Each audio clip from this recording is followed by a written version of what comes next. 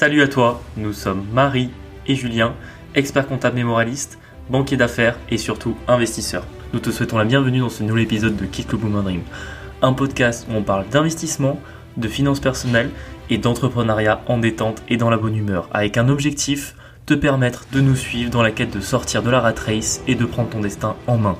Grâce à nos expériences pro et à notre vie d'investisseur, nous te donnons les conseils qui nous ont permis d'avancer dans la construction d'un patrimoine immobilier et financier, principalement cryptoactif. Chaque semaine, nous abordons un sujet en le vulgarisant au maximum pour qu'il soit le plus intéressant. Nous recevons un invité par mois avec un parcours inspirant et une expertise différente sur de nouveaux sujets. Si tu apprécies notre podcast, je t'invite à t'abonner sur ta plateforme d'écoute, à nous laisser une note 5 étoiles et à partager cet épisode et ce podcast à 2 personnes de ton entourage pour nous aider à le faire grandir. Je te laisse tout de suite avec l'épisode et je te souhaite une très bonne journée. Bonjour à tous, bienvenue dans ce nouvel épisode. Bonjour à tous. On est content de vous retrouver cette semaine. On va faire un épisode un peu particulier, pas de thème précis, mais on va vous parler du coup des... Il y a un thème quand même. Laisse-moi finir, please. Des 5 erreurs qu'on a faites et du coup qu'on ne vous recommande pas forcément. Mais c'est bien un peu d'expliquer pourquoi est-ce qu'on considère ça comme des erreurs. Et peut-être que un peu plus tard, dans quelques semaines, on fera surtout les décisions qu'on a prises et qu'on refera si c'était à refaire, tu vois. Pour faire le titre bien putaclic, les 5 meilleures décisions de notre vie. 5 décisions qui ont tout changé. Des fois, c'est avec la petite musique en fond. Ouais. Et voilà, et pour commencer, comme d'habitude, une petite boom anecdote. Ouais, on en a 2 en plus cette J'ai semaine. J'ai une question aussi d'abonnés, donc d'abord les boom anecdotes et après la question de l'abonné. On commence par la mienne, on fait la tienne après ? Oui. Allez, bon, mais la mienne cette semaine, on a un projet qui est en cours, donc une nouvelle acquisition IMO. Donc, je pense qu'on avait déjà décrit un petit peu. C'était sur des locaux professionnels qu'on achète dans une ville pas loin de chez nous. C'était les locaux où c'était vendu par un vieux boomer et en fait. Qu'on avait fait une bonne négo avec 2 agents IMO parce que du coup ils se tiraient la bourre pour essayer d'avoir un prix le plus bas et qu'on avait fait une belle négo. Ben en fait, on vient d'avoir le retour de notre banque parce que c'est dans une de nos SCI qui est dans une banque qui a financé toutes les acquisitions depuis le début. La banque, c'est la Société Générale qui vient, enfin historiquement c'était la Société Marseillaise de Crédit. Ah oui, je dis les termes, à un moment donné faut arrêter quoi. Donc historiquement c'était la Société Marseillaise de Crédit. Peut-être pour ceux qui le savent, la Société Marseillaise de Crédit a cessé d'exister officiellement il y a 1 an et demi à peu près. Et ça a été regroupé avec la Société Générale. Donc on est passé client Société Générale un petit peu contre notre gré. Faut savoir que c'est une banque, j'ai pas une très très bonne opinion d'elle à la base, mais bon, on s'était dit de toute façon c'est comme ça. Heureusement on avait un conseiller qui était bon et qui nous avait accompagné depuis le début. Malheureusement, on vient d'apprendre qu'il avait démissionné en plus, donc bon. Pour faire autre chose, il quitte la banque, je crois. C'est ce qu'il avait dit. Burn-out et puis il va complètement faire autre chose. Quand même. Burn-out, ouais. Parce qu'en fait, il avait été absent pendant plusieurs semaines. Oui, c'est vrai qu'il avait des soucis de santé, ouais. Et là, du coup, il a décidé de démissionner. Bon, enfin, en vrai, il a raison. Hein. Il a quel âge ? Il a notre âge, non ? Ouais, il a à peu près notre âge. Peut-être un peu le plus vieux, il doit avoir début de trentaine, je pense.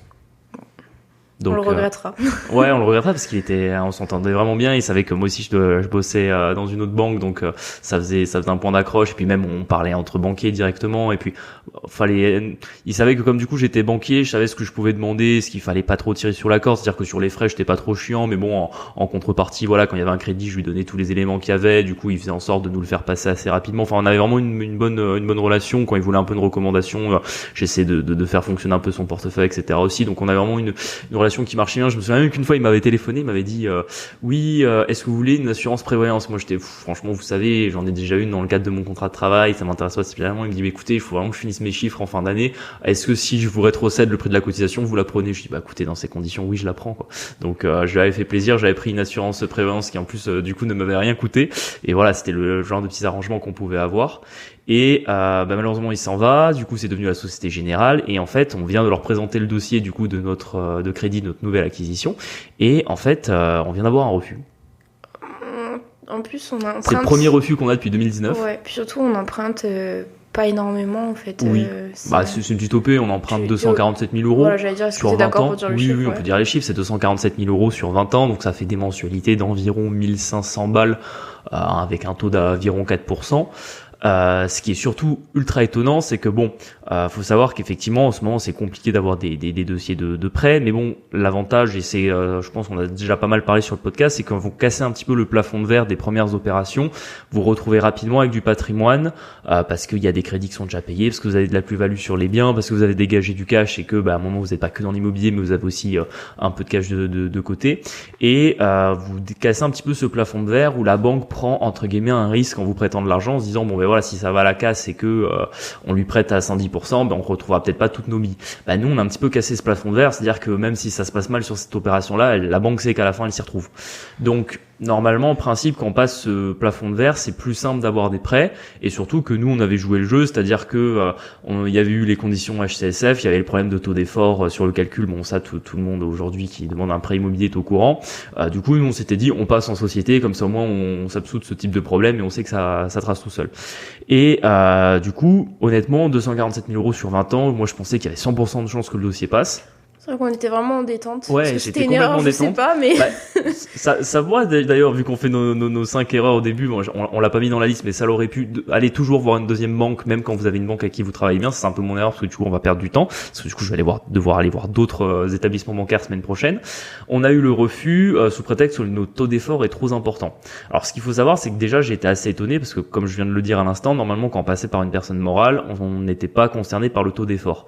Et en fait, il se trouve qu'à la Société Générale, ce qui n'était pas le cas de la Société Marseille de Crédit avant, quand vous faites un investissement dans une société, ils considèrent que ils vous le passent en prêt particulier et vous prennent en compte le taux d'effort. Donc là, je m'étais dit directement que ça allait être pas plus compliqué, mais bon, forcément, quand vous avez beaucoup de prêts en face, ça peut rapidement gonfler un peu votre taux d'effort, et je vous avoue que je m'étais jamais posé la question. Donc je fais un peu tous les calculs de notre taux d'effort, et finalement, je tombe sur un taux d'effort de 34%. Ce qu'il faut savoir, c'est qu'on peut avoir jusqu'à 35%. Là, je vous dis 34% avec l'échéance du projet qui va arriver. Là, je me dis, génial, ça passe. Et en fait, ils m'ont dit qu'ils ne prenaient pas en compte les revenus de notre acquisition, qui sont de quasiment 4000 balles par mois. Donc, je vous disais, d'un côté, on a 1500 de prêts, de l'autre, on a 4000 euros de revenus.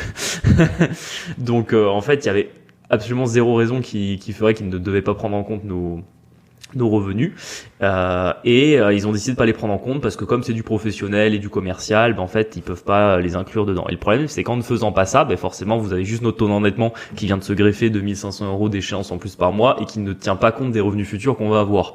Donc en fait c'est complètement débile, donc forcément on se retrouve à 50% de taux d'effort, mais ce qui est normal et ce qui est entre guillemets irréel, parce que ça représente pas la réalité de ce que sera nos revenus, nos charges demain. Moi qui suis pas banquière, vraiment tout ça c'est vraiment très abstrait. Je comprends absolument pas la logique des critères HCSF, encore moins du taux d'effort. Là, moi je t'avoue, je comprends pas le refus en fait. Je comprends pas qu'elles prennent pas en compte les revenus futurs. Enfin, je veux dire, ça n'a aucun sens. Aucun sens, c'est des locaux professionnels. Elle s'attend à quoi? Qu'on habite dedans? Enfin, je me dis.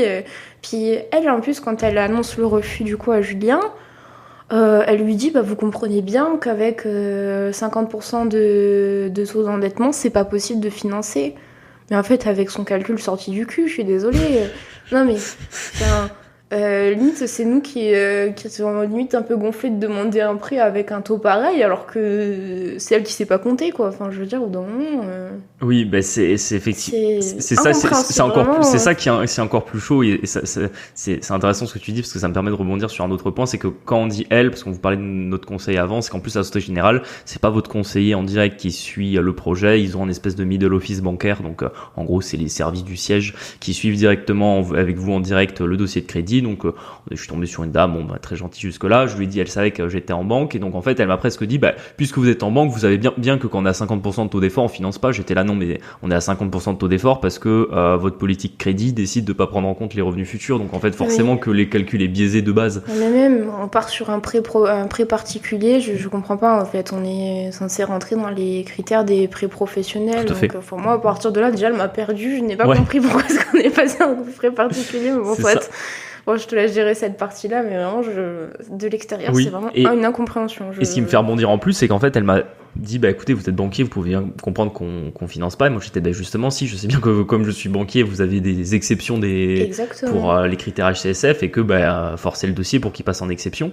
Et elle m'a dit ah bon mais 3 jours après elle revient vers moi, elle me dit ah non mais j'ai essayé, c'est pas possible, etc. Elle me dit bon mais je vous donne une attestation de refus. Et genre forcément moi je commence à lui poser plein de questions. Je lui dis moi si on crée une autre société, est-ce qu'il n'y a pas moyen, parce que en fait leurs critères, je sais bien qu'au bout d'un moment il y a toujours moyen de passer entre les mailles du filet. Donc je commence un peu à creuser le truc et là je sens qu'elle s'agace un petit peu. Et là à un moment donné je lui dis attendez. C'est mon projet, j'ai envie qu'il passe, bien sûr que je vais me battre pour qu'il puisse passer. Elle a presque l'air étonnée et c'est là où je me dis ce qui est incroyable, c'est qu'en fait on tombe face à des gens elle comprend pas ce qu'elle fait qui comprennent, enfin elle a rien compris au projet. Honnêtement, pour avoir ce type de réaction, je me dis qu'elle a rien compris au projet parce qu'en fait, pour elle, c'est juste des chiffres très abstraits. Elle se rend pas compte qu'en fait, on est en train de faire une opération, on prend 1500 € de crédit, qu'en face, on va avoir 4000 € de loyer. Elle a pas compris. Elle a pas compris que c'est genre une super belle opération qu'on achète bien en dessous du prix de marché et que bien sûr qu'on va se battre pour l'avoir, quoi. Puis en plus, après, je pense pas que ce soit elle en particulier parce que à mon avis, on aurait quelqu'un d'autre, ça aurait été pareil. Mais du coup, enfin, nous, on n'est pas trop du genre à se laisser abattre comme ça. T'as essayé évidemment de dire voilà, si on passe par une autre société comme ça, bah y a pas de d'effort machin. Et tu lui as dit surtout, et si on met une personne morale au capital. Une personne morale au capital. Alors nous c'est pas que ça nous arrange pas, c'est qu'au niveau du timing, ça va être un peu chiant. Ça va être un peu chaud. Mais ça nous force du coup à nous restructurer et à remettre une holding, ce qui est prévu quoi qu'il arrive. Mais du coup, Julien il réfléchit, il me dit vas-y c'est une belle idée parce qu'en fait quand il relie les choses, etc. En fait ça passerait en théorie. En théorie, ça passerait parce qu'en fait, on est dans les critères HSF de taux d'effort parce que les deux associés de la SCI sont personnes physiques. Mais maintenant, si on met une personne morale, à nouveau, on sort des critères HCSF. Donc je la rappelle le lendemain, je lui dis si on met une personne morale au capital, vous nous financez. Et là, elle me dit ah non, si vous avez une personne morale au capital, on ne regarde même pas le dossier. Donc en fait, elle finance que les RP, voilà. Ouais, donc c'est ça. Et en fait, je trouve ça incroyable parce qu'en plus, la Société Générale, il faut savoir qu'ils m'envoient littéralement 3 mails par jour pour me proposer, si j'ai un projet immobilier, de surtout pas les oublier, de faire appel à eux. Et on a envie de leur dire arrêtez de vous foutre de ma gueule, quoi. Arrêtez de faire semblant de rouvrir les portes du crédit, qu'on vous appelle un dossier qui est ultra carré, où il y a absolument pas un angle qui dépasse. Et vous voulez pas financer parce que vous avez décidé d'avoir une politique crédit qui est complètement illogique. Parce que dans d'autres banques, ça fonctionne pas du tout comme ça. Donc bon, bien évidemment, on va aller au bout de notre projet. On va devoir aller voir d'autres banques. Donc on a déjà prévu d'aller voir CIC, LCL, deux banques dans lesquelles on n'est pas client. Il faut qu'on y aille. On a d'autres banques à côté, mais bon, c'est d'autres banques qu'on garde pour d'autres projets. Hein. Vous verrez, quand on commence à avancer et travailler avec plusieurs banques, vous savez quelle banque vous devez aller voir pour tel ou tel dossier. Ce dossier-là, il y a certaines banques avec qui on travaille déjà que j'ai pas envie de d'aller leur présenter pour plusieurs raisons et notamment pour les prochains projets qui vont arriver en fin d'année parce qu'à un moment donné il faut s'équilibrer. Il y a ça aussi, c'est que en octobre du coup on vous a déjà parlé de l'hôtel qu'on rénove qui est assez loin de chez nous, mais en fait c'est 2 fois le prix de ça et on a eu le prix en 1 mois. Enfin je veux dire moi j'ai pas compris ce qui s'est passé entre octobre et maintenant. C'est ça. Donc et en plus c'était sur une société où on partait de zéro, alors que là c'est une société qui a déjà du capital, qui a déjà des biens amortis, qui a déjà 2 biens payés. Une banque avec qui on travaillait quasiment pas en fait. En plus on n'avait jamais eu de société là-bas et je sais pas, on a emprunté 500 000 balles, ça va poser problème. Quel est le problème là? Enfin non, vraiment c'est un non-sens, j'ai pas compris. Et juste pour conclure qu'on va devoir aller voir d'autres banques, on lâche pas le bout avec la Société Générale parce que moi, pour bien connaître les banques, je sais que quand on force et qu'on fait du bruit, il y a toujours un moyen que ça passe. Surtout que, encore une fois, on leur demanderait 2 millions d'euros. Alors là, je comprends, une banque, à un moment donné, 2 millions d'euros, c'est beaucoup, elle a pas envie de se mouiller. Là, honnêtement, 247 000 balles, franchement, quand on sait que dans notre région, on trouve pas une maison en dessous de 400 000 balles, demander 247 000 euros pour des locaux professionnels ultra rentables, franchement, là, ils abusent. On aurait dû faire un épisode sur avez-vous un bon banquier? Parce que aussi je trouve que on avait déjà fait 2 épisodes sur les dossiers bancaires et le financement. Je trouve que ça dépend aussi vachement. Dans mon entourage, j'ai quelqu'un qui essaye d'avoir un prêt aussi. Et en fait, lui pareil, il tombe avec des gens qui savent faire que de l'ARP. Donc en fait, quand le locatif, ça leur parle pas. Mais ils comprennent même pas, tu vois ça. Lui, il lui demande. Alors c'est quasiment le même prix que nous, mais il lui demande 70 000 euros d'apport. Ouais. Enfin, je me dis bon. Mais c'est bien parce que là encore, tu fais les rebonds parfaits là dans cette anecdote. C'est que ça me fait rebondir sur un point, c'est qu'effectivement notre ami qui est en train de faire un projet un peu similaire et qui a également des problèmes à se faire financer. Lui aussi, malgré le fait qu'il passe par une société, il se retrouve avec cette problématique du taux d'effort et des critères HCSF. Et c'est assez intéressant parce que honnêtement, quand on a commencé l'immobilier en 2018, avoir un prêt, à l'époque, c'était assez simple. Vous trouviez un bien, vous aviez un loyer qui couvrait à peu près 150% du crédit et ça suffisait à avoir votre prêt. La banque elle regardait juste voilà qu'il y avait compensation entre les revenus et les charges, ça suffisait à avoir son prêt. En 2021, ils nous ont sorti les critères HCSF. Donc là, maintenant, il y avait le taux d'effort, fallait être un peu plus malin. Donc en fait, il y avait la petite esquive qui était vous passiez par SCI, en SCI, vous sortiez des critères HCSF et vous aviez plus de problème du taux d'endettement.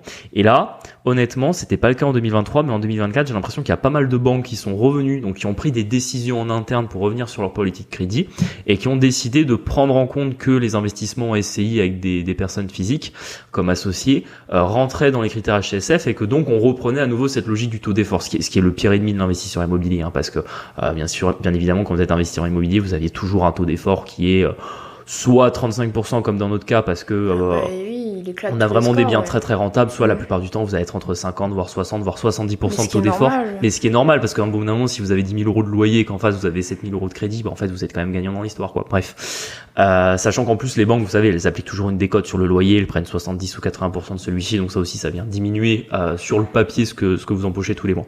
Et en fait je me suis rendu compte qu'il y a de plus en plus de banques, donc là ça fait Société Générale, notre ami il a été voir Caisse d'épargne, Crédit Mutuel et LCL je crois qui ont cette même logique aussi. Caisse d'épargne, Crédit Mut, Crédit Agricole, non pas Crédit Agricole, LCL, mais je crois qu'il a pas encore il a pas la décision. Bon, LCL c'est peut-être pas encore le cas, mais en tout cas les deux là déjà c'est sûr. Ouais, Caisse d'épargne et Crédit Mutuel qui pourtant avant étaient des banques où justement quand on faisait cette logique de me passer par une société ne prenait pas en compte les critères HCSF. Et on a l'impression qu'ils viennent encore de mettre un step 3 pour empêcher les gens de faire des acquisitions d'investissement locatif. En plus notre ami là, en fait je travaille avec lui, du coup c'est facile, c'est le bureau d'en face, on en parle toute la journée de ce truc là. Moi ça fait 5 mois que je lui dis mais t'inquiète, tu vas en prêt, ça va passer.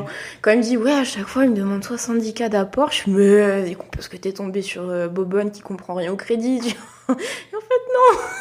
On se retrouve dans la même situation et en fait oui il y a quelque chose qui a changé par rapport. Il y a quelque chose qui a changé et bon c'est toujours pareil, c'est qu'à un moment donné soit on se dit que vraiment c'est la faute à pas de chance, c'est que personne dans les instances dirigeantes des banques n'a réfléchi qu'en décidant d'inclure les SCI dans le taux des critères HCSF, on allait encore plus restreindre les investisseurs immobiliers à pouvoir faire des nouvelles opérations, ou alors ils le savent pertinemment et il y a vraiment une volonté à un moment donné d'empêcher le particulier de réaliser des acquisitions immobilières, parce que tu vois on peut se poser la question quand on a, comme par exemple on a eu dans notre cas quelqu'un qui comprend rien vraiment aux opérations immobilières et pour elle c'est que des chiffres etc, on peut se dire bon elle a peut-être pas fait gaffe. J'ai l'impression que c'est en plus de plus en plus récurrent, mais bon soit. Mais pour autant pour les côtoyer un petit peu, je vois les responsables des services crédits, c'est des gens très intelligents. En général, ils ont fait des grandes écoles de commerce, ils ont des diplômes d'expertise comptable ou parfois des diplômes très poussés en finance. Donc, c'est des gens qui comprennent quand même ce qu'ils font. Donc, quand ils prennent ce type de décision d'inclure les SCI dans les critères HCSF, en réalité, ils savent très bien ce qu'ils font, ils savent très bien qu'ils tirent une balle dans le pied de tous leurs clients investisseurs. Et en réalité, c'est encore une fois de empêcher, on va dire, le petit investisseur ou investisseur débutant de se lancer, parce que l'investisseur confirmé ou ce qu'on peut un peu vulgairement appeler le riche qui fait de l'immobilier, en fait lui tout simplement il aura ses SCI avec une personne morale en haut et en fait il rentrera pas dans les critères HCSF. Donc au lieu de simplement devoir maintenant créer une SCI, vous allez devoir directement créer SCI plus holding et encore aller dans une banque qui les finance, parce que par exemple la Société Générale dans ce cas-ci apparemment il ne les finance pas, mais bon j'ai pas fini de creuser la question. C'est vrai que ça rajoute vachement plus d'embûches. Bon pour nous c'est pas un problème la comptabilité et tout ça, mais en fait ça vous demande des frais surtout. Des frais puis c'est pas le même niveau d'engagement, tu vois, c'est toujours pareil. Tu vas acheter un bien immobilier en nom propre, ça veut juste dire tu fais des visites, tu vas signer chez ton notaire, machin, tu vas voir ta banque. Maintenant, t'as une SCI. Faut aller voir ton avocat, ton notaire, ton expert comptable pour la créer, sauf si tu peux la créer toi-même. Mais bon, là, 90%, voire 99% des gens passent par un conseil pour la créer. Si maintenant il faut une holding, dans 100% des cas, il faudra passer par un expert comptable. Responsable d'une vraie société commerciale et tout, on part d'acheter juste un bien immobilier, finalement, tu viens de bénéficiaire effectif d'une société commerciale alors que tu veux juste récupérer tes loyers, quoi. Ouais, c'est ça. Et juste pour avoir un prêt, quoi. Non, mais c'est ça. Je sais pas s'ils changeront un peu leur manière de faire, sachant dans la banque où tu travailles, du coup c'est pas comme ça. Bon, on peut pas demander parce que tu t'en vas, mais c'est vrai que moi dans la banque où je travaille pour l'instant c'est différent. On verra si ça change dans le temps. Sachant que nous on est toujours les derniers à évoluer sur ce genre de choses, donc je serais pas étonné que ça arrive dans quelques mois. Je vous le dirai si c'est le cas d'ici là.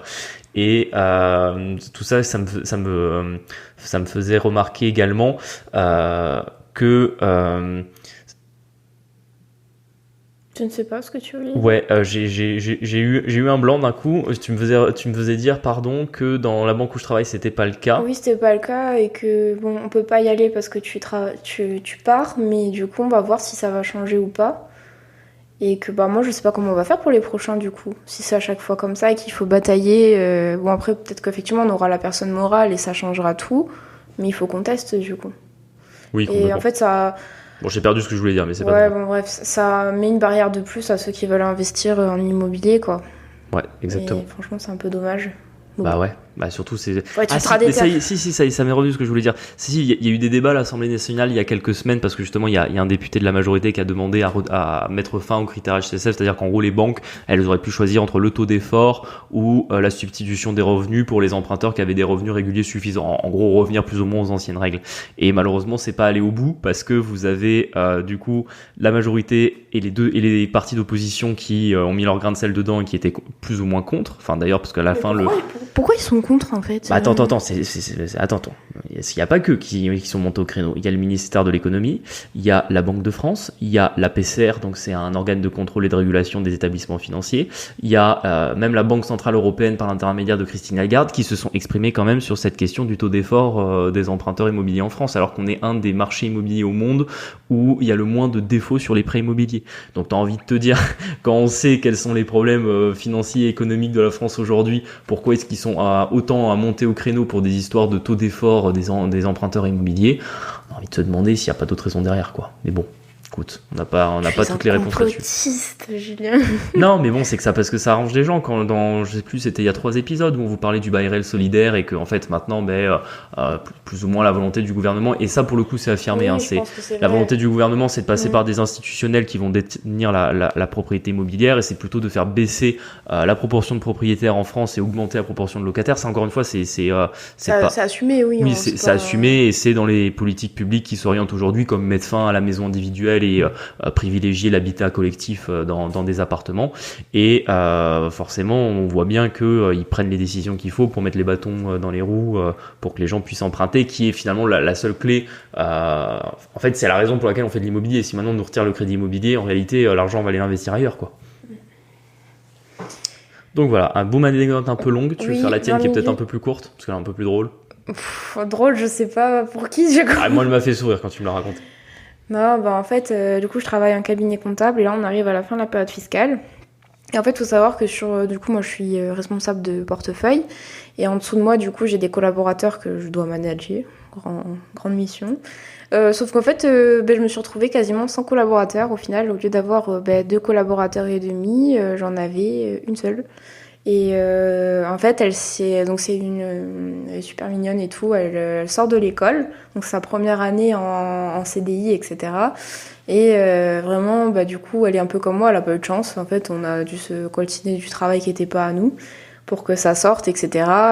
Rattraper un peu le bordel qui était sur d'autres dossiers. Puis en fait, 2 pour 4 postes, en fait. Oui, en fait, c'est ça, voilà. Donc, et elle s'est quand même, elle s'est vachement investie et tout. Et c'est quelqu'un qui a vachement de conscience professionnelle. Pour le coup, on peut pas lui reprocher. Alors, je sais pas du coup si ça a son avantage ou pas. Mais bon, au final, elle va partir dans un autre pays, en fait, à partir de l'été. C'était en projet. Et là, vu que c'est un peu douloureux de travailler chez nous, elle accélère un peu son départ. Elle annonce qu'elle part à mes patrons. Et en gros, elle dit j'aurais besoin d'une rupture conventionnelle pour pouvoir partir et déménager dans de bonnes conditions. Oui, t'inquiète pas. En plus, même si t'as besoin, on appuiera ta demande. En gros, on appuiera parce qu'on fait partie d'un groupement. Donc, dans les cabinets du groupement de ce pays-là, c'est pas un pays, c'est une île française, hein, mais du coup, bon, bref. Et elle dit super, machin. Moi, il me dit on est super content de cette collaboratrice. Ça fait un peu chier qu'elle s'en aille et tout. Mais bon, pour la remercier, on lui mettra, on appuiera sa rupture conventionnelle.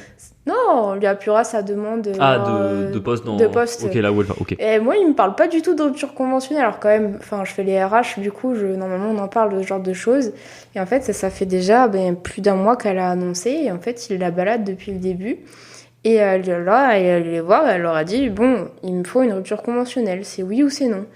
Et parce qu'elle dit, si c'est non, je pars maintenant en fait, je pose ma démission et c'est fini dans 3 semaines. Elle pose ses congés et tout, elle s'en va et c'est fini. Et en fait, ils lui disent non, mais alors attends, on n'a pas encore demandé combien ça nous coûterait. Enfin, on est quand même expert comptable. Combien ça nous coûterait une rupture conventionnelle, etc. Mais fais-nous une lettre de démission quand même, rien que pour le formalisme. Et moi, je me suis dit, what the fuck. Parce que si elle fait une lettre de démission, en fait, c'est fini, elle n'aura pas de rupture conventionnelle. Et en fait, voilà, bon, encore une fois, comme quoi ça sert à rien de se buter pour des gros boomers. Une rupture conventionnelle sur une personne qui est là depuis 9 mois en CDI, quasiment rien. ça coûte rien, donc en fait. C'est bien, ça fait en plus un rebond sur l'épisode qu'on a sorti la semaine dernière, sur le chômage. Ouais, enfin bon.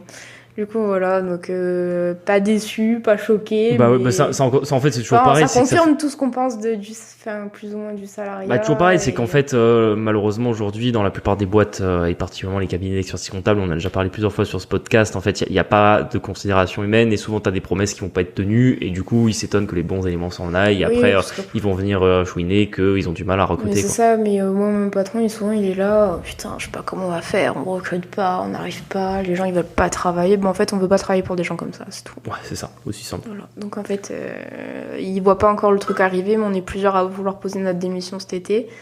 Dont moi. Ça, elle le sait pas encore. Il le sait pas encore, mais du coup, ça va lui faire tout bizarre. Et d'un autre côté, c'est chiant de travailler pour des gens comme ça, en fait. Oui, parce que bah, là, t'es en train de faire le job de 2 ou 3 personnes et forcément, ça te fait finir les journées à pas d'heure, quoi. On a compté, il s'est à peu près économisé 120 000 euros de masse salariale cette année. Donc en fait. Et toi, t'as eu combien de retours pour les 120 000 euros de masse salariale que t'as compensé? J'ai pas eu 120 000 en prime, du coup. Ça, c'est sûr et certain, même pas 10%. Et ma petite, elle aura pas de prime, du coup. Je pense qu'ils vont lui sucrer, du coup, ça sert à rien. Enfin bon, c'était ma plus courte, mais c'était ma bonne anecdote. Tu nous fais rapidement la question et après on enchaîne sur l'épisode? Oui, alors la question. Alors je me rappelle plus du prénom. C'est Jérôme, je crois, qui s'appelle. Merci Jérôme pour ta question. Oui, déjà merci Jérôme. Tac. Oui, Jérôme. En fait, du coup, parce que c'est un long pavé qu'il m'a écrit, en gros, il a acheté un immeuble de rapport et l'ancien propriétaire avait mis en gros une espèce de système un peu branlant sur la lumière des communs.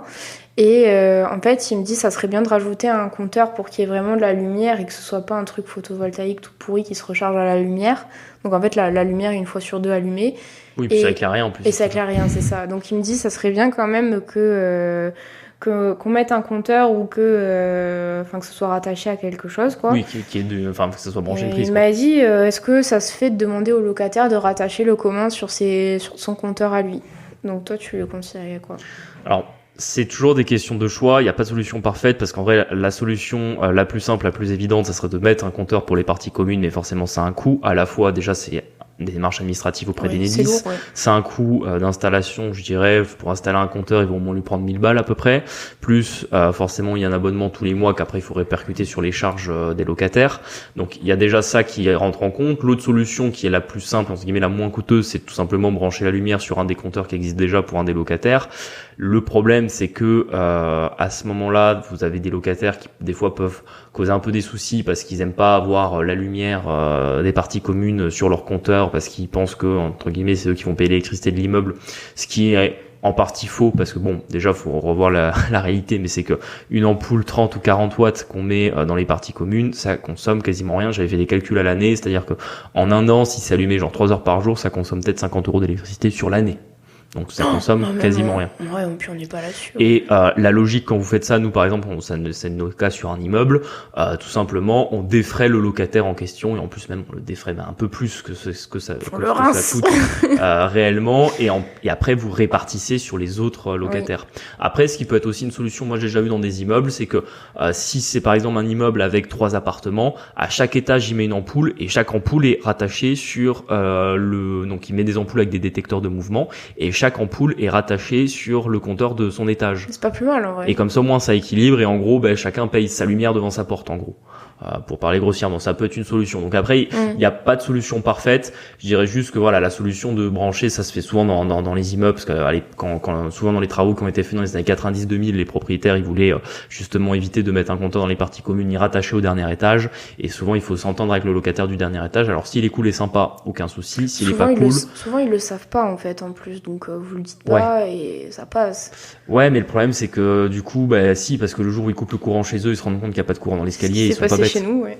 Et ou alors s'ils bidouillent un peu le compteur, le disjoncteur, pardon, ils vont se rendre compte qu'il y a un fusible pour les parties communes, quoi. Donc je pense qu'il vaut mieux dans ces cas-là essayer quand même de le rattacher sur un compteur. Vaut mieux le faire à ce moment-là quand le locataire est plus là, et quand vous avez un nouveau locataire, mettez les choses au clair directement les clients en disant bon, et voilà, les parties communes sont rattachées sur votre compteur, on vous défraie tant par mois sur vos charges et ces charges-là sont compensées par les autres appartements. Aussi simple que ça. Je dirais même pas. Le 3/4 du temps, ils s'en rendent pas compte, puis vraiment, ça leur coûte rien, honnêtement.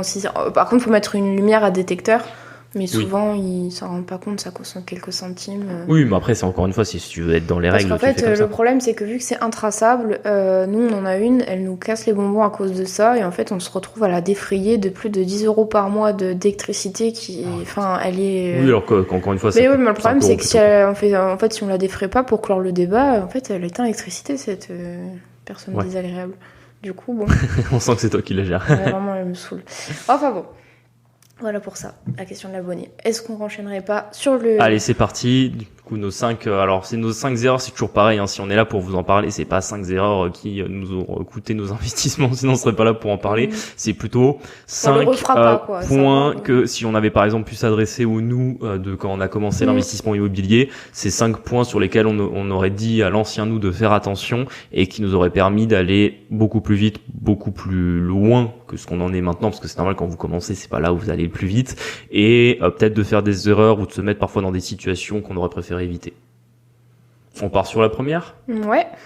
Alors la première, c'était... J'avais dit, c'est un truc, alors... Toi, je sais que t'as pas le même avis que moi là-dessus, mais c'est vrai que je trouve qu'il faut quand même rapidement partir sur du gros dans l'immobilier, c'est-à-dire que, on va dire, c'est vrai que votre premier OP, on l'a déjà dit plein de fois sur ce podcast, vaut mieux faire un appartement, quelque chose de simple, ou entre guillemets, vous prenez... certes, il y a toujours du risque, mais on va dire que le montant total de ce que ça peut vous coûter, en termes de risque, c'est pas non plus énorme, ça vous met pas en insécurité financière et ça vous permet de vous faire la main. Après, une fois que vous commencez à enchaîner, je pense qu'il faut rapidement partir sur des grosses opérations comme les opérations qu'on fait aujourd'hui, parce que c'est ce qui permet d'aller vite. Parce que quand vous achetez 9 appartements d'un coup, en un an, votre patrimoine, il a vraiment complètement changé. Alors que si vous achetez un appartement par an, en vrai, ça va mettre longtemps avant de se constituer un parc immobilier représentatif. En fait, je suis d'accord avec toi sur le fait que là, on se rend compte que les gros projets, ça nous fait quand même avancer vraiment beaucoup plus vite. Mais faire ça, tu vois, on aurait pu à la limite le faire 1 an plus tôt sur les gros projets que maintenant, mais pas il y a 3 ans. Parce que en vrai, les petits, ça nous permettait quand même de maîtriser le risque. On n'avait peut-être pas autant d'apports que maintenant, parce que pour les gros, il faut quand même... Oui, mais après, entre 50 et 100 000 balles à chaque fois à poser, ça va, quoi. Tu vois, ouais, mais raisonnable. T'as petit et gros, c'est-à-dire que déjà pour donner un peu des chiffres, nous ce qu'on considère petit, on va dire que c'est un investissement entre 100 et 150 000 balles à peu près. Et gros, on est sur du 300 000 plus jusqu'à 500. Après, ça devient du très gros et nous pour l'instant on n'est pas allé au-dessus de 500 000.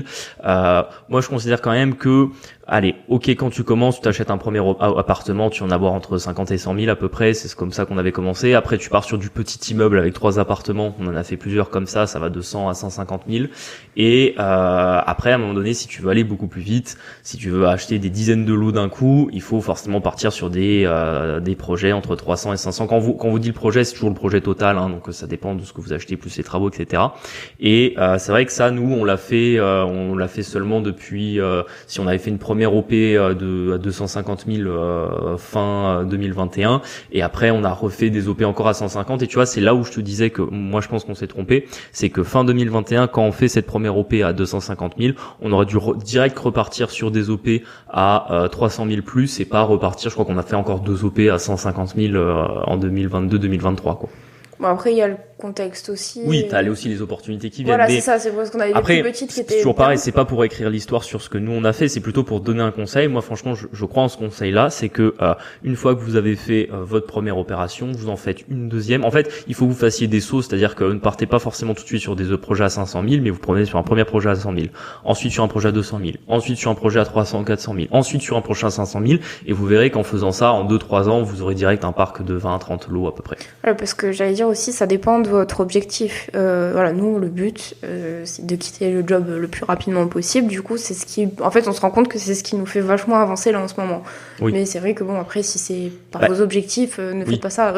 Non, mais après, là encore, il faut bien revenir sur le fait que quand vous vous lancez dans un investissement, il y a une inertie qui se met en place. Et cette inertie dans l'immobilier, elle est très lente. C'est-à-dire que là, vraiment, nous, on a un stade où à chaque fois, quand on regarde notre patrimoine au 1er janvier, quand on le regarde au 31/12, il y a vraiment une énorme différence qui s'est créée. Bon, parce qu'on s'est bougé dans l'année aussi, hein, ça faut pas se mentir là-dessus, et qu'on a fait des opérations. Mais je veux dire, en gros, la première année quand on a commencé, entre le 1er janvier et le 31/12, ok, on avait mis le pied à l'étrier, mais ça avait pas changé grand-chose. L'année d'après, ça avait encore grossi. L'année encore d'après encore. Et là, on est quasiment sur ça double à chaque fois. Donc vous voyez que la courbe, elle est pas linéaire, elle est exponentielle. Donc c'est certain que plus vous allez investir longtemps, plus elle sera exponentielle, mais ce que je pense, après c'est peut-être parce que j'ai ce petit côté un peu où je pense qu'il faut avoir de l'ambition dans l'investissement, mais qu'en gros plus vous allez vite, plus cette exponentielle vous la poussez rapidement, et plus en fait vous atteignez vos objectifs et vos paliers que vous êtes fixés rapidement, et au lieu de le faire peut-être en 6 ou 7 ans comme nous on l'a fait, je pense qu'on aurait pu le faire en 5. C'est-à-dire que ça ferait déjà 2 ans qu'on aurait quitté notre job. Ah. Bon, on refait pas l'histoire. Voilà. Hein, après, voilà, c'est pas une grosse erreur qu'on a fait. Encore une fois, bon, entre guillemets, c'est une erreur qui nous a pas coûté de l'argent. Celle-là, elle nous a coûté du temps. Mais je trouve intéressant aussi, parfois, vous parlez des erreurs parce qu'une erreur, elle peut vous coûter beaucoup de choses, hein. Elle peut vous coûter la santé physique, elle peut vous coûter du temps, elle peut vous coûter de l'argent. Ça, c'est pas une erreur qui nous a coûté de l'argent, mais elle nous a coûté du temps en se disant qu'effectivement les opérations qu'on fait là, on aurait pu les faire 1 an plus tôt. Et puis même, c'est toujours pareil, pour refaire l'histoire, bon, la montée des taux, on n'aurait pas pu la prévoir, mais là on se retrouve avec des taux élevés sur des gros prêts, alors qu'on a des taux à 1 sur les petits. Donc finalement, on aurait dû faire des plus gros qu'on avait des taux à 1. Mais bon, ça c'est pareil, on refait l'histoire. Mais c'est encore pour te montrer qu'effectivement, plus tu vas vite, plus finalement tu profites de cet élan, et plus tu crées ton exponentiel rapidement. C'est vrai. Deuxième erreur, on avait noté trop faire confiance aux locataires et être trop compréhensif. Bon, on vous réinvite à écouter nos épisodes. On en a fait 2 sur la gestion des locataires. En fait, c'est vrai qu'on se rend compte qu'il faut être très factuel, et mettre énormément de distance avec. Extrêmement froid. Mais quand je dis froid, ça veut pas dire être pas sympa, ça veut juste dire que je sais pas pourquoi les locataires ils mettent toujours beaucoup d'émotionnel. Parce qu'ils y habitent en fait. Oui, je pense. Mais c'est aussi pour ça que nous on n'aime pas trop enfin on n'aime pas trop. En fait c'est pas ce qu'on préfère, on va dire. Sur le locatif d'habitation, on préfère le locatif professionnel parce qu'il y a beaucoup moins d'affect, beaucoup moins d'émotions. Les gens sont beaucoup plus terre à terre, beaucoup plus factuels, et la négociation et les rapports sont beaucoup plus sains. Alors que dans le locatif d'habitation, plein de fois, on est parti dans des trucs, dans des histoires, à se creuser la tête pour essayer d'améliorer les choses avec un locataire, avec toujours à la fin des problèmes de respect, des problèmes d'ego, des problèmes d'émotion, où en face, on a une personne qui réagit de manière, là encore, j'ai un locataire, faudrait peut-être que je mette ça sur Instagram, le message qu'il m'a envoyé. Alors, je sais pas s'il a complètement pété les plombs ou si, juste il manque de respect, mais en fait, il m'envoie un message. En fait, ça s'envoie pas à un propriétaire. Donc là maintenant, on prend des décisions. Je réponds même plus quand je reçois un message comme ça. Enfin, bon, il m'a pas insulté par message, mais il m'a envoyé un truc qui est complètement hors propos. Et le problème, c'est que ça, on l'a beaucoup dans le locatif d'habitation. Je l'ai jamais eu avec alors que pourtant on a finalement aujourd'hui autant de locataires professionnels que de locataires d'habitation. Et je l'ai jamais eu avec un pro. D'ailleurs, on a même beaucoup moins de contact avec les pros qu'avec les locataires d'habitation. Et c'est pour ça c'est un vrai conseil qu'on vous donne, c'est qu'au début, on voulait être sympa, en fait, on voulait faire les choses bien. Je pense qu'on avait un peu ce truc de se dire que, en fait, en étant sympathique avec les gens et en étant compréhensif, ils allaient nous le rendre. Et en fait, ils ne vous le rendent jamais. C'est-à-dire que, ou en tout cas, quand ils vous le rendent, c'est super rare. Oui, et puis en fait, on se rend compte c'est pas un jugement de valeur, mais on n'est pas du tout tous éduqués de la même manière. Et en fait, souvent, à mon sens, en fait, en face, ils ont manqué pour la plupart qui nous posent problème, d'éducation, ils manquent vraiment d'éducation et en fait, il faut être vraiment, c'est le plus dur, je trouve, c'est la gestion humaine, vraiment. Des fois, ils me surprennent encore sur les réactions qu'ils peuvent avoir ou les choses qu'ils font. Je me dis des choses qui sont vraiment, quelqu'un de normalement constitué ou de juste bien éduqué ne fait pas ça. Et en fait, c'est dur à gérer, et ça tape vraiment sur le système. Moi, je trouve ça la charge mentale qui est liée à ça qui est compliquée. Et en fait, en mettant énormément de distance, en fait, vous les laissez pas vous atteindre. Parce qu'on en a eu plein, des gens qui nous disent oui, je vous rends service, je vous fais ci, je vous fais ça. Nous, on dit faites comme vous voulez. Enfin, je sais plus, il y en a un qui a fait des réparations. Mais au moment où il était en retard de son loyer, on lui a dit vous êtes en retard, monsieur, de votre loyer, il faudrait régulariser. Oh, mais moi, je vous ai rendu service, là, vous me courez après. Alors, tu vois que des trucs. Ouais, c'est toujours pareil. Pareil, on en a un qui a un trouble mental, je pense. Il a toute sa tête, mais il est un peu en retard. Bref, c'est sa maman qui gère pas mal de choses pour lui. Je sais que tu t'es démené pour qu'il soit bien dans l'appartement, etc. Oui, parce qu'en fait, on venait de finir des travaux, donc il y avait quelques petits problèmes à régler. Je m'en suis occupé même plutôt rapidement. J'ai même fait déplacer aussi un artisan parce que elle voulait vraiment que son fils soit bien. Donc là, en plus, j'ai fait le geste en mode, on aurait pu le laisser comme ça, mais on a décidé de faire un geste en s'occupant de lui pour régler les 2-3 problèmes qu'il y avait dans l'appartement qu'on n'avait pas vu avant l'état des lieux. Et en fait, déjà, on n'a jamais eu un merci. Ils nous ont harcelé réellement avec ces problèmes-là, alors que vous savez, dans l'immobilier, malheureusement, tout prend du temps. Quand on demande à un artisan d'y aller, il se déplace pas le lendemain. Ouais, et sachant qu'encore une fois, c'était pas des problèmes type l'électricité ou l'eau chaude. Je comprends bien que si quelqu'un vit dans un logement sans électricité ou l'eau chaude, là, il vous harcèle. Mais bon, là, c'était des trucs qui pouvaient attendre. Qui était vivable, oui. Qui pouvaient attendre quelques semaines pour être réglés. Et en fait, après, vous entendez plus parler. Ils sont quand même en retard du loyer, alors qu'ils vous avaient promis qu'ils le seraient jamais. Et vous dites, en fait, j'aurais pas dû me démener comme ça depuis le début. Peut-être que même si je l'avais laissé dans son problème, en fait, il aurait compris que je n'étais pas quelqu'un sur qui pouvait obtenir quelque chose, tu vois. Donc c'est parfois ça où tu te dis mais finalement je vais être un bon propriétaire, je vais essayer vraiment de rendre service et de faire que la personne se sente bien dans l'appartement pour qu'elle me le rende. Et au final, ils vous le rendent pas. Oui, jamais. Pareil, on en avait un. En fait, on avait acheté l'immeuble comme ça. C'est pas nous qui avions meublé. C'était un bail en plus qui était déjà en place quand on l'a acheté. L'immeuble était pas top, mais on y était pour rien. C'était des meubles de récup. L'ancien propriétaire avait vraiment fait ça n'importe comment. On était d'accord sur le constat, mais en fait, au bout d'un moment, en fait, il avait pris. C'est surtout qu'il avait pris l'appartement comme ça, quoi. Et il n'était pas là depuis, parce que ça peut arriver. Si vous faites du locatif en meublé et que le mec est là depuis 15 ans, à un moment donné, il faut changer les meubles. Et puis c'est à vous en tant que propriétaire de le faire parce qu'il loue un meublé. Mais là, en l'occurrence, il était là depuis 1 an. Les meubles étaient pas top. J'ai envie de lui dire, c'était avec l'ancien propriétaire qu'il fallait voir ça. Je veux dire, vous aviez fait l'état des lieux. Il y avait les meubles qui étaient là. Si ça vous convenait pas, déjà, fallait pas prendre cet appartement-là. Et quand il y avait des problèmes, fallait voir ça avec l'ancien propriétaire. Donc moi, il m'a mis tout sur le dos parce que j'étais le nouveau propriétaire. Ça a finalement pris des proportions extrêmes où à la fin, il commençait à me faire du chantage du loyer, etc. Moi, j'ai fini par me dire écoute, on va essayer de faire les choses bien. Ok, je vais m'occuper de reprendre des meubles. Finalement, il m'a quand même pas payé les loyers. Il a saccagé l'appartement et abîmé la plupart des nouveaux meubles qu'on avait installés. En fait, ce qu'on a récupéré, ils étaient à moitié foutus. Donc en fait, on aurait dû le laisser dans sa merde. Donc si on pouvait s'adresser aux nous d'il y a 5 ans, c'est vraiment aucun cadeau et vraiment d'être le plus factuel possible, le plus objectif et de mettre le maximum de distance. Et je pense même que là, c'est encore des trucs sur lesquels on travaille aujourd'hui.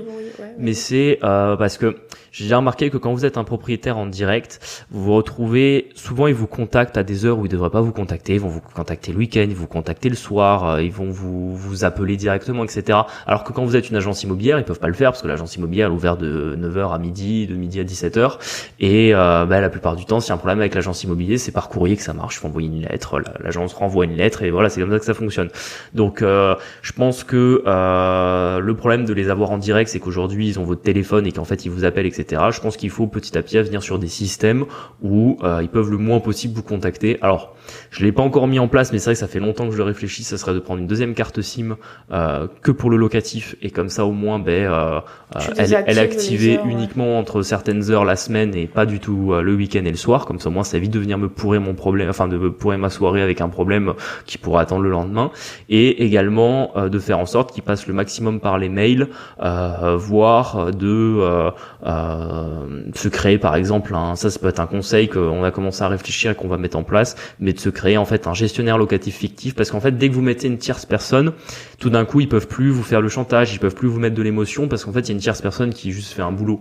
Donc même si vous en tant que propriétaire vous faites les visites et vous faites l'état des lieux, ben en fait vous donnez un numéro de téléphone, donc pas le vôtre, et une adresse mail, pas la vôtre non plus, au locataire, en disant que voilà, c'est votre gestionnaire locatif qui ne le verra jamais, mais que s'il a une question, un problème, c'est à lui qui s'adresse. Et en fait, ben, vous derrière, c'est votre propre, c'est votre autre adresse mail et votre autre numéro de téléphone. Et au moins, ça permet que vous ayez juste à lui répondre par SMS ou par mail, d'être très factuel et d'éviter qu'en fait, il se permette des choses à vous appeler ou à penser qu'en fait, vous êtes à son service alors que non, juste vous lui louez un appartement. Oui, et puis moi je trouve aussi les gens, enfin, c'est une remarque générale, mais en fait ils sont pas très autonomes. Et vraiment, c'est pas ne pas leur rendre service, parce qu'on est, enfin, je veux dire, dans la vraie vie, on rend service dès qu'on le peut. Mais en fait, une fois qu'on rend service sur un truc qu'ils auraient pu gérer eux-mêmes, et ben en fait, ils vont en profiter tout le temps. Une fois, je sais plus, sur une locataire, on lui avait rendu un service, parce que bon, elle venait de s'installer et tout, on voulait que ça se passe bien, encore une fois. Ouais, elle m'a harcelée en mode, il n'y a pas les poubelles, il n'y a pas si. Alors moi, j'étais là, mais enfin, j'y suis pour rien s'il n'y a pas les poubelles dans la rue, tu vois. Ou pareil, oui, souvent, ou pour les problèmes de la mairie. Ou les problèmes de la mairie, ou sinon, il y avait le voisinage. Souvent, ils appellent Julien pour le voisinage. Oui, un machin, il parle oui, pas. Et le voisin fait du bruit, bah, qu'est-ce que vous voulez que Et je voilà, fasse, maintenant, voisin, moi, les réponses qu'on envoie, bah, c'est si c'est trop dérangeant, vous appelez la police et vous déposez plainte. Ouais. Et tant pis, nous on peut rien faire. Et en fait, faut vachement mettre de distance et ça vous coûtera moins de charge mentale et moins d'agacement que ce qu'on a pu vivre les 6 dernières années. Exactement. Et ça vraiment, c'est un conseil qu'on se donnerait à nous qui commençons l'investissement immobilier, c'est de mettre le maximum de distance avec le locataire. Après ça s'apprend. Oui, ça. Bah, là il y a encore. Le fait d'avoir des métiers aussi avec des clients, je trouve ça nous rôde un petit peu, mais enfin moi je trouve en tout cas que c'est un peu comme quand tu gères un client qui est pas le tien, tu vois. Oui, mais c'est vrai que ça regroupe un peu à ce que tu peux avoir rencontré dans ton milieu professionnel, on va dire. Mais je pense que c'est des vrais conseils qu'il faut avoir quand on débute, parce que je pense que des fois on veut trop bien faire et tu sais, des fois quand t'es câblé avec une certaine honnêteté et des valeurs, bah, en fait t'as souvent tendance à avoir l'impression que tout le monde les a, parce qu'en fait ça te paraît logique. Oui, putain, tu cotises enfin tu Oula, lapsus. Tu côtoies des gens qui sont du même milieu social, oui, etc. Amis, donc t'as l'habitude que ce soit pareil que toi, mais en fait non. Mais tu vois, là-dessus, je pense même pas que c'est une question de milieu social. Je pense que t'as des gens qui ont aucun respect dans tous les milieux sociaux. C'est juste une question de, encore une fois, d'éducation et que. Non, oui, je dis pas. En fait, les locataires que tu vas voir, ils sont à l'image de la société française aujourd'hui, et malheureusement, il suffit d'allumer, juste de mettre les actualités ou de regarder les derniers articles de presse pour voir qu'il se passe des dingueries tout le temps, quoi. Donc c'est malheureusement vous ayez être confronté en ayant de l'investissement locatif. Quoi. On peut faire un lien peut-être avec la prochaine erreur. Bon, elle est pas dans l'ordre auquel on l'avait écrit, mais tu sais, c'est on la garde pour la fin, celle-là. T'es sûr ? Ouais, on garde pour la fin. Ok, bon, bah, on a fini sur cette erreur-là. Ouais, on part à la suivante, et là, on change un petit peu, on vous parle plutôt un peu moins immobilier. Ça, ouais, on va parler un petit peu crypto et bourse, parce que ça, pour le coup, je pense que dans la liste qui est là, c'est une de celles où je me suis le plus mordu les doigts. Je pense que je m'en mords encore les doigts aujourd'hui. Ça va. Si, parce que c'est des choses qui, pour le coup, auraient vraiment pu nous donner un accélérateur plus important que simplement faire des plus grosses opérations immobilières.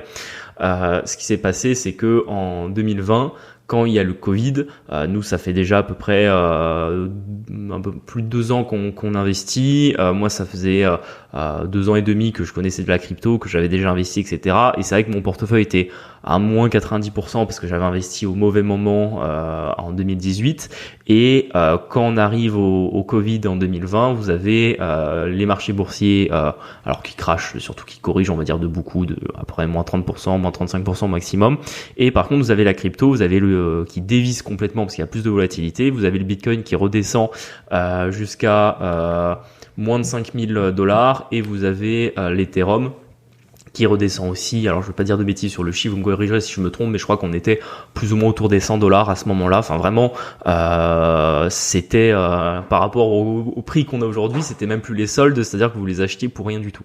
Et en fait, c'est toujours facile de se dire que si on l'avait su à ce moment-là, on aurait acheté. La réalité, c'est que moi, pour le coup, j'ai vraiment passé des heures et des heures à regarder les graphiques à ce moment-là, donc on est en mars 2020, et à me dire qu'en fait, on est sur des excellents points d'achat pour recharger. Et en fait, je me le dis, je me fais mon analyse et mon analyse est bonne. C'est-à-dire que même si on pouvait pas savoir forcément qu'il y aurait le bull run en 2021 ou qu'on pourrait en tout cas pas savoir à quel niveau irait le bull run de 2021, je savais que par rapport au prix qu'on avait eu en 2017 au maximum et même par exemple au prix moyen qu'on avait plus ou moins sur 2018 et 2019, que là, les prix de mars 2020, c'était une anomalie de marché. C'est les rares moments dans l'histoire où vous avez vraiment les actifs financiers et crypto en l'occurrence qui baissent énormément et où c'est le moment de mettre un ticket dessus parce que vous avez 99% de chance que même si vous fassiez pas x10, vous fassiez au moins x1,5 ou x2 en quelques semaines ou quelques mois. Et à ce moment-là, je me fais pas confiance. Je me dis, je suis en train de faire une opération immobilière. Oui, et puis c'est surtout que je veux présenter de bons relevés bancaires à la banque. Du coup, ça m'embête de faire des virements vers ma plateforme de crypto. J'ai pas de liquidité dessus parce que sur toutes mes cryptos, je suis déjà collé.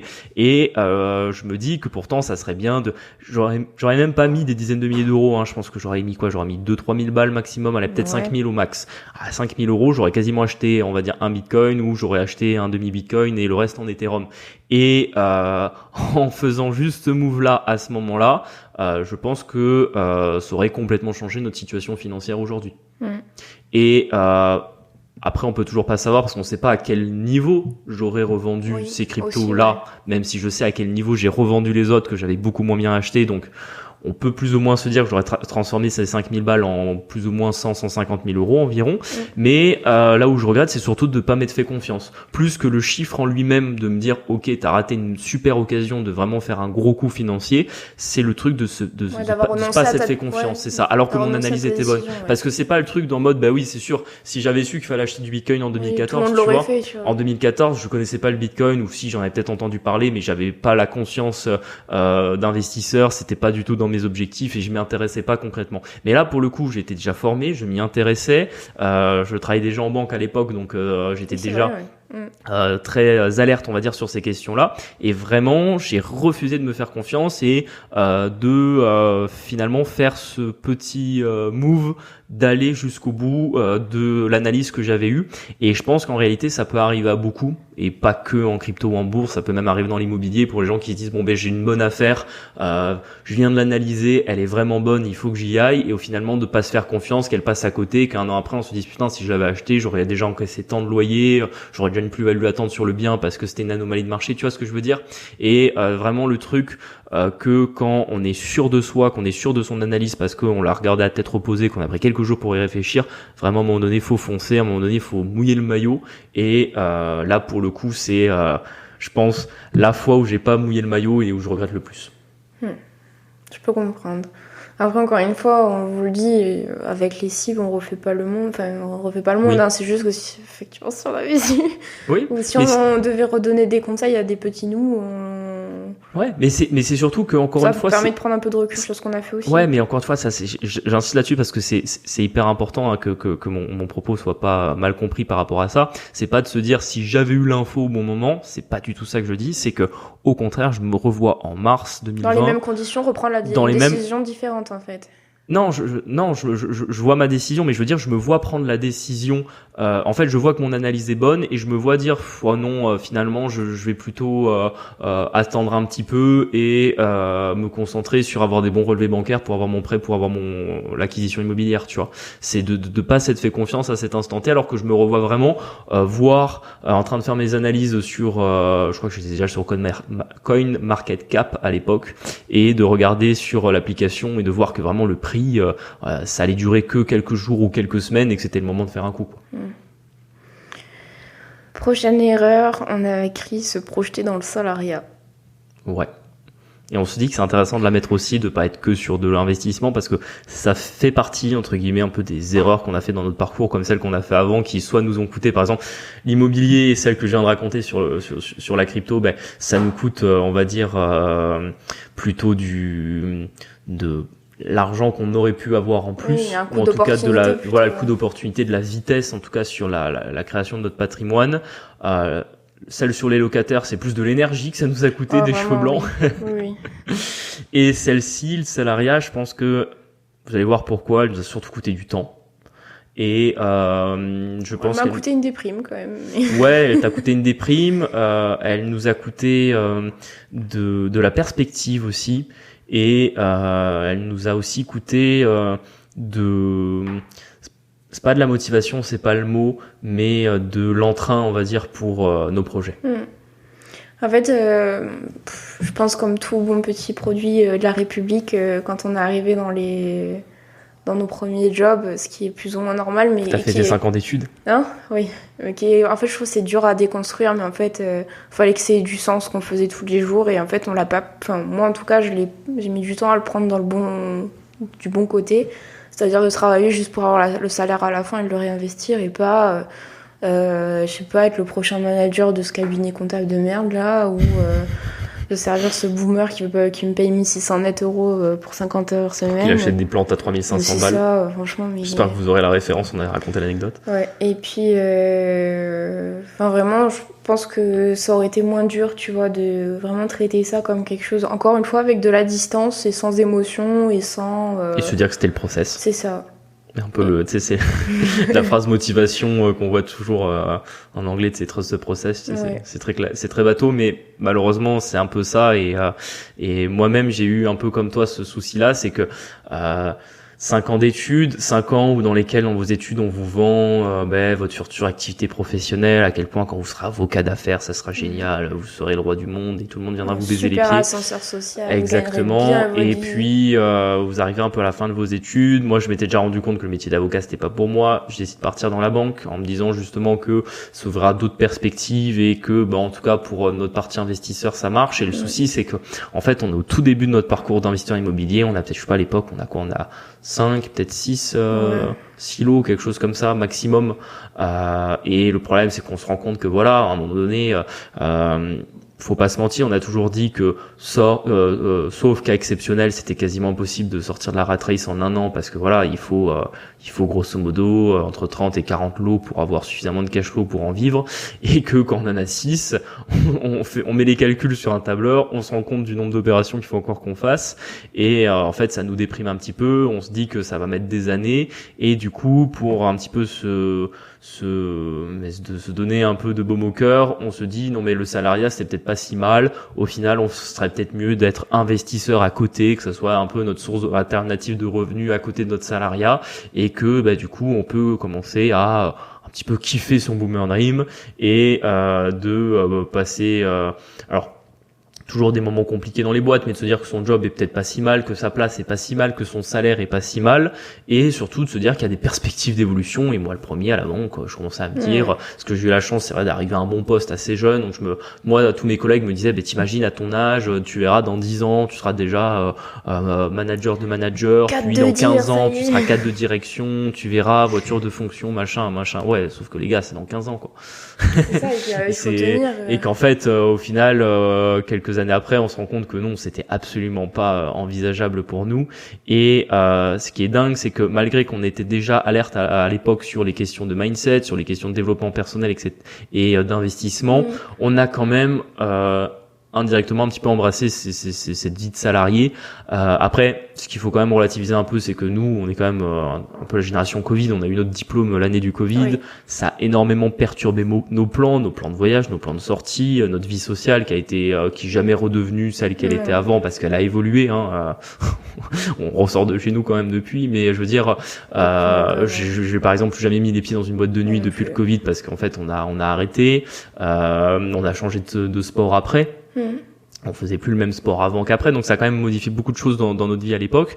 Et c'est vrai que des plans qu'on avait à la fin de nos études sur le fait d'investir rapidement et de vite à l'époque on l'appelait pas le boomer dream, mais de ne pas être salarié et de vivre de nos investissements.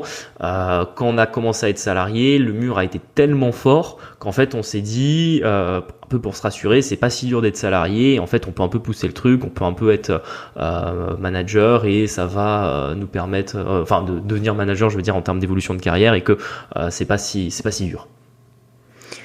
C'est pas si dur, oui et non. En fait, c'est vrai que quand on fait quelque chose qu'on n'aime pas ou qui a pas de sens, en vrai, c'est long. Alors qu'en soi, on a des très bons salaires tous les deux. C'est quand même vivable. Je veux dire, on n'est pas dehors en plein cagnard à taper de la pierre, quoi. Je veux dire. Ouais, si je veux me Non, barrer mais un je veux peu dire, c'est un en après. termes de perspective de vie que Ah, c'est compliqué. Quand oui. je dis Non, pas. Oui, d'accord. je dis pas sur le jour, la journée, on n'est pas à la mine, hein, ça je le répète toujours, et c'est sûr, hein, je veux dire, on est dans des jobs où il y Non, mais a... c'est un peu où- déprimant C'est de ça, vivre ce c'est qu'on veut pas exactement. vivre, tu Exactement. vois. Et c'est plus là-dessus, et ça nous a remis du temps de s'en rendre compte. Oui, Surtout que, bah, forcément, quand vous sortez de vos études, vous prenez une petite claque, la vie professionnelle, c'est pas le même rythme, faut travailler un peu plus, enfin, on travaille différemment. Moi, j'ai jamais eu l'impression, je me sentais moins surchargé en termes de temps, quand j'ai commencé à travailler que mes études, parce que j'avais beaucoup de cours, il y avait beaucoup de trucs à faire, beaucoup de partiels, etc. Mais pour autant, quand vous commencez à bosser, les responsabilités sont pas les mêmes, il faut apprendre beaucoup de choses. Moi, j'étais un peu largué comme ça oui, sur mon c'est poste, un peu dur, débrouille-toi. Il m'a fallu bien 9 mois pour que je le maîtrise, on va dire. Donc c'est vrai qu'il y a tout ça qui est venu un peu modifier ça, et au final ça nous a fait perdre du temps, parce que je me souviens que des périodes à ce moment-là, on n'était pas en aussi grosse chasse immobilière, et on n'était pas en aussi alerte sur nos investissements qu'on l'est aujourd'hui. On était un peu en sous-régime. Il y a eu Oui. 2 ans comme ça où on sortait 2020-2021. Ouais, franchement, je sais pas.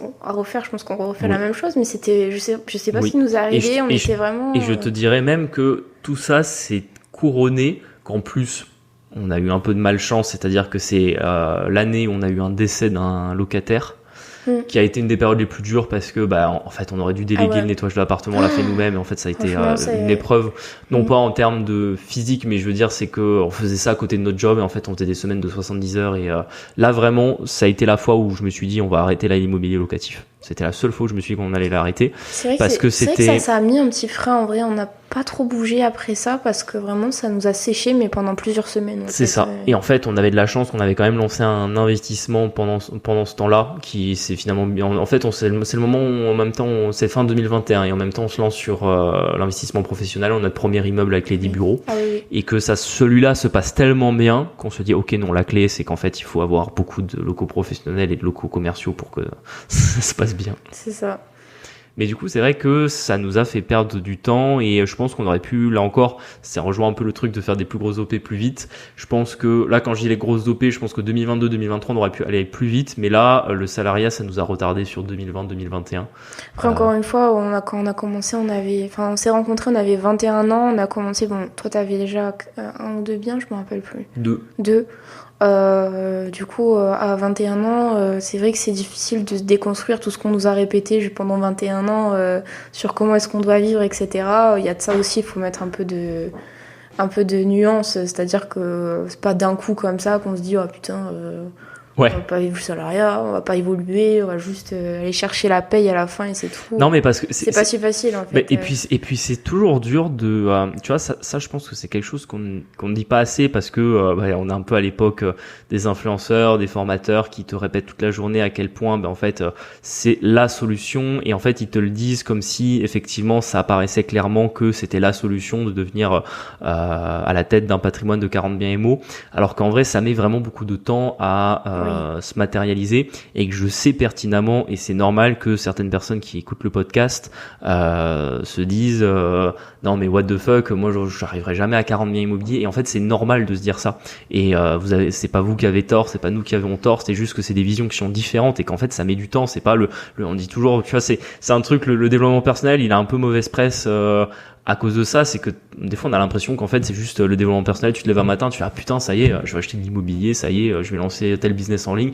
Non, c'est pas comme ça que ça marche, ça met vraiment du temps, et c'est de la réflexion, c'est de la remise en question, c'est de l'apprentissage, et que effectivement même quand tu démarres, que tu as 1-2 biens immobiliers, c'est difficile de se projeter à 4-5 ans en disant que tu en auras beaucoup plus.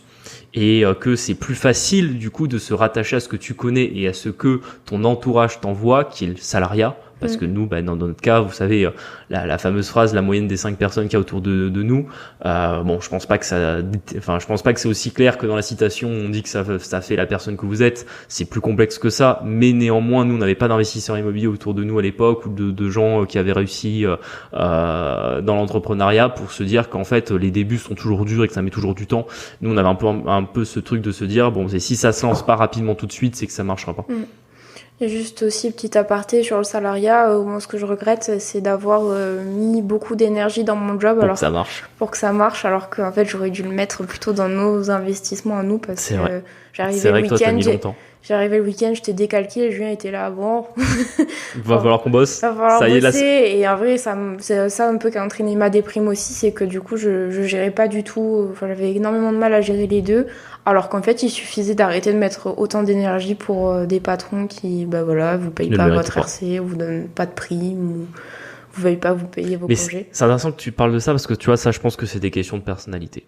Je pense que j'avais entre guillemets un peu d'avance là-dessus, non pas parce que j'avais fait un plus grand chemin au niveau de mon état d'esprit, mais plus que moi j'ai toujours été dans la logique de faire le moins, tu vois, parce que c'est un peu c'est souvent ce qu'on dit, c'est que les paresseux essayent de sont les plus astucieux. Sont les plus astucieux, merci, j'avais pas la citation. Effectivement, t'as raison là-dessus, et que du coup, moi, j'avais vite compris qu'en fait, de toute façon, pour avoir ton salaire, il fallait juste faire ce qu'on te demande et pas plus, tu vois. Et comme à la fac, j'étais pareil, ou même au lycée, j'étais pareil, quand il fallait avoir un examen, je faisais vraiment ce qu'il fallait pour que ça passe. Et je voulais pas faire plus, ça m'intéressait pas. Et je vois que les gens qui ont plutôt tes valeurs et ta manière de réfléchir, ils se disent plutôt que, en fait, plus tu fais, mieux c'est. C'est ça. Et après, je pense que ça vient aussi un petit peu de mes parents. Alors, je jette pas du tout la pierre, mais c'est vrai que j'ai des parents qui travaillent, qui sont salariés tous les deux, qui étaient militaires avant et qui sont après passés en fonction, au civil, en gros. Ils ont quitté l'armée, ils ont changé. En fait, c'est des gens qui travaillent 60 heures semaine sans problème pour leur job salarié. Et c'est vrai que c'est pas du tout un bon modèle, parce que du coup, en fait, ça donne pas la bonne vision du travail. Et pour dire, ma mère a fait un burn-out quand j'avais costaud en plus 16 ans, qui l'a mis KO 2 ans. Et je dis pas que ça lui a pas appris les choses, mais alors elle s'est calmée, mais c'est quand même toujours pas suffisamment calmée en fait. Et du coup, ça donne vraiment pas une bonne vision du travail. Et je suis partie en mode, faut tout arracher au boulot, le patron, faut qu'il soit content. Et en fait, non. Et en fait, ça marche pas comme ça. Non, faut juste faire ce qu'il attend et pas plus en fait. Donc voilà, pour ceux qui sont très consciencieux, faut prendre un peu de recul là-dessus et pas mettre autant d'énergie là-dedans, à moins que ça vous rapporte énormément de thunes. Moi, ça me rapportait pas de thunes, mais je le faisais quand même. Sauf si ça vous rapporte des primes, je sais pas, les commerciaux, tu vois, c'est quand même plus ils travaillent, plus ils ont d'argent. Oui. Après, c'est toujours pareil, il faut voir combien vaut ton temps. Parfois, t'as des commerciaux, s'ils ont pas des marges suffisamment importantes pour mettre l'énergie qu'ils doivent mettre pour augmenter leurs ventes, tu vois. Donc, on passe au dernier point ? Yes, parce qu'on est déjà à 1h05 d'enregistrement. Ouais. Non, mais ça. J'espère qu'on a perdu personne. Il sera assez rapide, il rejoint un peu ce qu'on disait au début on revient sur de l'immobilier. Ça, c'est une erreur qu'on a fait et qui fait que, on s'est toujours dit qu'on a un bien qui représente 10% de nos loyers, qui représente 90% de nos problèmes. Et typiquement, il rentre en fait dans ce cas-là qui était une erreur. Alors, je regrette pas de l'avoir acheté, mais je pense que à refaire, rentable. On l'achèterait pas. Il est très rentable sur le papier. Et c'est ce qu'on voulait au début. En fait, on n'a pas été assez vigilant sur le quartier et sur la qualité des appartements. C'est-à-dire que on était encore au début de nos investissements. On regardait surtout la rentabilité. Et le souci, c'est qu'on a acheté un immeuble dans une ville, dans un quartier qui est... alors, c'est pas... Imaginez pas un quartier ZUP avec des voitures qui brûlent et des dealers. C'est absolument pas ça. C'est plutôt quartier très modeste, très populaire, dans un centre d'une ville moyenne. Et le souci, c'est qu'en fait dans ce quartier-là, des trucs bêtes, mais c'est difficile de se garer. Donc en fait, qui dit difficile de se garer dit que vos locataires ils auront pas de voiture. Qui dit qu'ils auront pas de voiture dit que c'est des gens qui travaillent pas beaucoup, ou forcément en ville, et que si vous voulez tout ça s'entretient un petit peu. C'est que forcément dans un quartier, à chaque fois que j'ai eu des locataires qui avaient vraiment des bons profils, des gens qui travaillaient ou des gens qui vous voyez qui venaient vraiment de familles qui avaient des moyens, en fait quand ils voyaient le quartier, qu'ils se rendaient compte que c'était populaire, en fait ils voulaient pas y être, alors que pourtant c'est un quartier qui est ultra safe, franchement par rapport à quand on voit le centre-ville de beaucoup de grandes villes françaises dans des quartiers où ça vaut 10 000 € du mètre carré, c'est nettement plus insécure que ce quartier-là, mais pour autant il donne cette impression un peu paupérisée, et le souci c'est que on n'a pas été assez vigilant là-dessus, donc on n'avait pas à l'époque la conscience que forcément on aurait du coup des locataires plus populaires avec des problèmes qui sont Toujours des problèmes un peu d'autonomie, c'est ce qu'on disait tout à l'heure, c'est ils ont le moindre problème, ils vous appellent, ils n'arrivent pas à régler un problème parfois que ça vous paraît évident et que vous ne contacterez pas votre propriétaire pour ce type de soucis. Et puis ça va, ils font des montagnes un peu de tout. Et en plus, l'immeuble quand on l'a acheté, alors les appartements en fait ils étaient honnêtement ils étaient passables, c'est-à-dire qu'en fait ils étaient déjà loués. Ils étaient très corrects honnêtement. Oui, c'était des appartements qui étaient corrects mais qui demandaient un rafraîchissement. Et du coup, bien sûr, les appartements étaient propres, c'est pas ça, mais je veux dire, c'était pas des appartements au goût du jour, vous étiez pas sur des prestations en termes de travaux, par etc. Par exemple, le sol, il était c'était des vieux carrelages, sans pète ni rien, propre, mais juste du vieux carreau blanc tout petit, pas beau. Des années 90, voilà, c'est ça. Et là encore, on s'est pas rendu compte que, en fait, si on veut attirer les meilleurs locataires, il faut des appartements qui soient plus jolis. Donc, on a eu beaucoup de problèmes avec les locataires qu'on avait là à l'époque. C'est-à-dire que là encore, on n'a pas été assez vigilant sur le quartier, sur la qualité des appartements et sur la qualité des locataires quand on l'a acheté. Et il nous a causé énormément de soucis. Et là, on arrive enfin à sortir de ces soucis-là en s'étant débarrassé de tous les anciens locataires, alors qu'on l'a quand même acheté en 2021 celui-là, donc ça fait presque 4 ans. Ouais. Et en plus, en ayant fait des travaux du coup pour les remettre au goût du jour, mettre du parquet, repeindre entièrement les appartements, mettre des nouveaux meubles, rechanger les cuisines. Voilà, on a fait le taf pour qu'ils soient remis vraiment au goût du jour. Et du coup, ça y est, maintenant on arrive à avoir des locataires avec qui ça se passe bien. Mais c'est vrai que c'est un point sur lequel on n'avait pas été vigilant à l'époque. Donc ne regardez pas que les chiffres de l'investissement. Qu'on a mis du temps à comprendre aussi. Oui, c'est vrai qu'on comprenait pas trop. On comprenait pas quel était le problème sur ce truc-là, parce qu'en soi, vraiment, c'était des choses. Alors, nous, on n'y vivrait pas parce que c'est trop petit, mais en soi. En vrai, enfin, la vérité, t'habiterais là. En fait, c'est des appartements qui allaient avec le quartier. Tu vois ce que je veux dire? C'est juste qu'à un moment donné, tu peux pas t'attendre à avoir un appartement haussmannien avec 5 mètres sous le plafond si t'es dans un petit immeuble où c'est des studios de 25 mètres carrés. Tu vois, disais, il devrait pas y avoir de problème sur les loyers, ils sont bas. Enfin, vraiment, c'est quoi? C'était. Au début, les loués.